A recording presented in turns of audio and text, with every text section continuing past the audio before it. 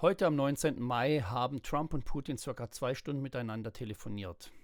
Dabei stellte Russland Bedingungen wie den vollständigen Rückzug ukrainischer Truppen aus den von Russland annektierten Gebieten Saporischschja und Cherson sowie den Verzicht der Ukraine auf militärische Unterstützung aus dem Westen und neue Truppenbewegungen während einer Waffenruhe. Das sind vollständig unannehmbare Forderungen aus Sicht der Ukraine, denn die Russen haben es bis jetzt noch nicht geschafft, diese Gebiete auch nur zur Hälfte komplett zu besetzen, die Gebiete Saporischschja und Cherson, und von anderen Gebieten ganz zu schweigen. Es gibt überhaupt keinen Grund, dass die Ukrainer sich jetzt freiwillig zurückziehen aus diesen Gebieten. Was die Russen jetzt in 3 Jahren Krieg nicht geschafft haben, soll jetzt ein einziges Telefonat mit zwischen Trump und Putin erledigen. Ja, das hätte Putin wohl so gerne. Trump und Putin nennen dieses Telefonat exzellent. Beide finden das gut. Trump spricht von Verhandlungen und einer Waffenruhe im Vatikan. US-Präsident Trump und Kreml-Chef Putin geben sich nach ihrem Telefonat zufrieden und kündigen unverzüglich Gespräche zwischen Russland und der Ukraine an. Diese Gespräche sind wirklich sinnlos, vor allem wenn man hört, dass Trump und Putin zufrieden sind, dann gehen bei mir sämtliche Alarmglocken an. In den Medien hört man ständig wieder, könnte es jetzt sein, dass Trump mit Putin die Geduld verliert, dass er doch vielleicht wirklich gar keinen Frieden will. Könnte das denn wohl sein? Natürlich will Putin keinen Frieden. Putin will Krieg, das beweist er ständig. Putin will die vollständige Vernichtung der Ukraine. Putin möchte die Zerschlagung des Westens haben. Putin möchte die Zerschlagung der NATO haben. Und er hat einen willfährigen Helfer im Weißen Haus.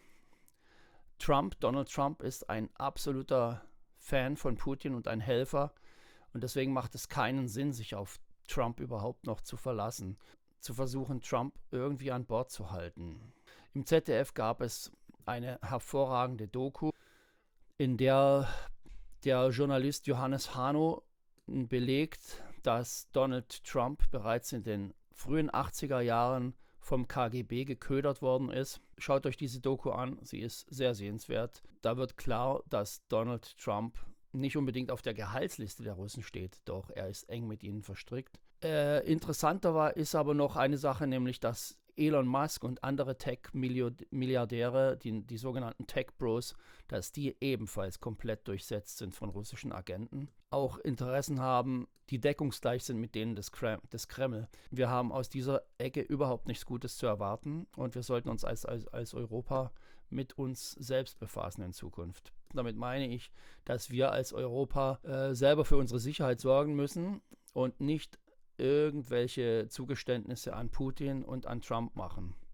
Es wäre schön, wenn wir die Amerikaner wieder an Bord bekommen, aber nicht, indem wir versuchen, ihnen aus der Hand zu fressen.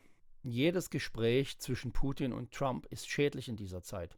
Denn Putin ist ein gelernter KGB-Psychologe, Lügner, Trickser und Täuscher, ein Massenmörder und Diktator mit 25 Jahren Erfahrung. Er verspeist ein Würstchen wie Trump zum Frühstück, auch wenn das Trump überhaupt nicht selber mitbekommt. In den deutschen Medien finde ich es immer wieder erstaunlich, wie die Öffentlichkeit und die deutschen Medien sich auf irgendwelche Friedensverhandlungen versteifen und ihre Moskau-Korrespondenten interviewen, die ihre Meinung über dieses und jenes und diese und jene Äußerung des russischen Präsidenten verbreiten. Dabei könnte man das mit einem einzigen Federstrich wegwischen und sagen, Russland ist der Aggressor, sie sind nicht interessiert an Frieden und deshalb auch nicht an Friedensverhandlungen und Friedensgesprächen. Sie verstehen nur Stärke. Die einzigen, die diese Stärke zeigen, sind die Ukrainer. Und deswegen brauchen die Ukrainer auch alle unsere Unterstützung, und vor allem brauchen sie Waffen.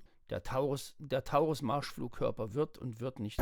Der Taurus ist ein Flugkörper, wird von Kampfflugzeugen abgeworfen, fliegt rund 500 Kilometer weit, findet und zerstört sein Ziel selbstständig. Wieder einmal läuft eine Debatte.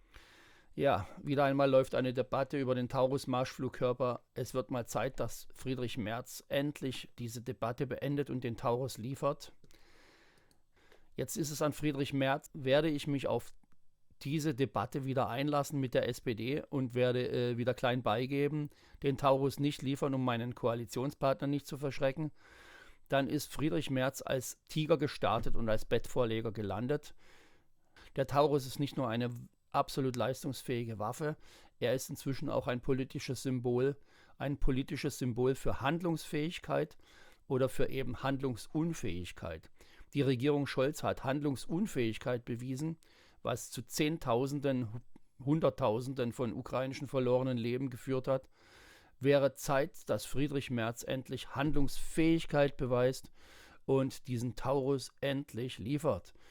Und noch eine Sache, es wird Zeit, dass Merz schnellstens den SPD-Generalsekretär Matthias Miersch wieder einfängt und ihm sagt, so nicht, du sprichst hier nicht in der Öffentlichkeit unabgesprochene Dinge, sonst machen wir uns lächerlich und wenn du es noch einmal machst, bekommst du Ärger mit mir.